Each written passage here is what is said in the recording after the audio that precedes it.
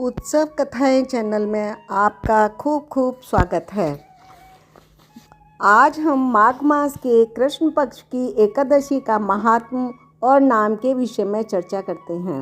युधिष्ठिर ने पूछा, जगन्नाथ जी, श्री कृष्ण आदिदेव जगतपते, माघ मास के कृष्ण पक्ष में कौन सी एकादशी होती है, उसका क्या विधि विधान है, उसका क्या फल है, कृपा करके सब बातें बताइए।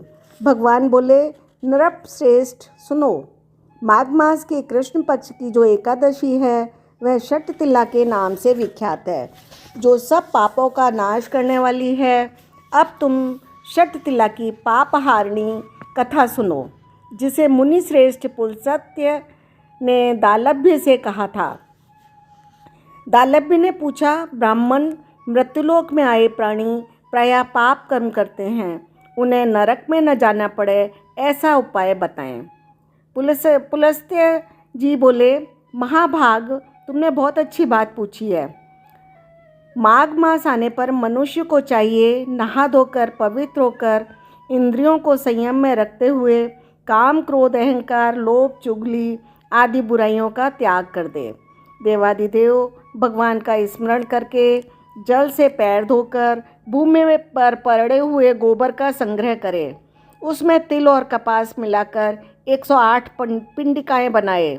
फिर माघ में जब आर्द्रा या मूल नक्षत्र आए तब कृष्ण पक्ष की एकादशी करने के लिए नियम ग्रहण करे। भली भांति स्नान करके पवित्र हो शुद्ध भाव से देवादिदेव श्री विष्णु की पूजा करे। कोई भूल हो जाने पर श्री कृष्ण का नामोच्चारण करे।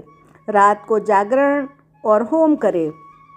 चंदन अर्गजा कपूर नैवेद्य आदि सामग्री से शंख चक्र और गदा धारण करने वाले देव देवेश्वर श्री हरि की पूजा करे। भगवान का स्मरण करके बार बार श्री कृष्ण का नाम उच्चारण करके कुम्हेड़े नारियल अथवा बिजोरे के फल से भगवान की विधिपूर्वक पूजा करे, अर्घ्य दे। सब सामग्रियों के अभाव में 100 सुपारियों के द्वारा भी पूजन किया जा सकता है।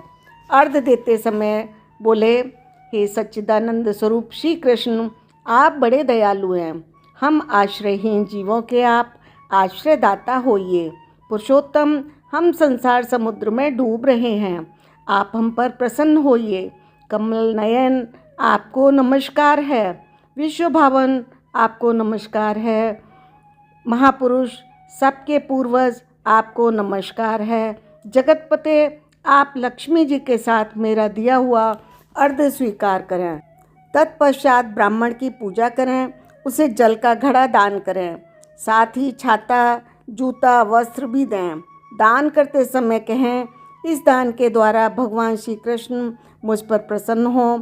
अपनी शक्ति के अनुसार श्रेष्ठ ब्राह्मण को काली गौ दान कर सकते हैं। विद्वान पुरुष को चाहिए वह तिल से भरा हुआ पात्र भी दान करे। उन तिलों के बोने पर जितनी शाखाएं पैदा होती हैं उतने 1000 वर्षों तक वह स्वर्गलोक में प्रतिष्ठित होता है। तिल से स्नान करे, तिल का उपटन लगाए, तिल से होम करे, तिल मिलाया हुआ जल पिए, तिल का दान करे, तिल को भोजन के कामों में ले। इस प्रकार 6 कामों में तिल का उपयोग करने से यह एकादशी षटतिला एकादशी कहलाती है, जो सब पापों का नाश करने वाली है। एक दूसरी कथा भी प्रचलित है। प्राचीन काल में वाराणसी में एक गरीब अहीर रहता था। वह जंगल से लकड़ी काटकर बेचने का काम करता था। जिस दिन उसकी लकड़ी नहीं बिकती तो परिवार को भूखा ही सोना पड़ता था। एक दिन वह साहूकार के घर लकड़ी बेचने गया। साहूकार के यहाँ देखा कि किसी उत्सव की तैयारी चल रही है। अहीर ने सेठ जी से डरते डरते पूछा, सेठ जी, किस चीज़ की तैयारी हो रही है? सेठ जी ने बताया, षटतिला एकादशी व्रत की तैयारी हो रही है। इस व्रत के करने से गरीबी रोग पाप आदि के छुटकारा धन एवं पुत्र की प्राप्ति होती है। घर पहुंचकर अहीर ने भी अपनी स्त्री सहित षटतिला एकादशी का व्रत विधि विधान से किया। फलस्वरूप वह कंगाल से धनवान बन गया।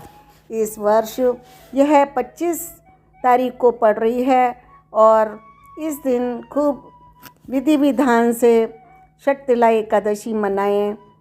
फिर मिलेंगे किसी नए एपिसोड में, तब तक के लिए राधे राधे।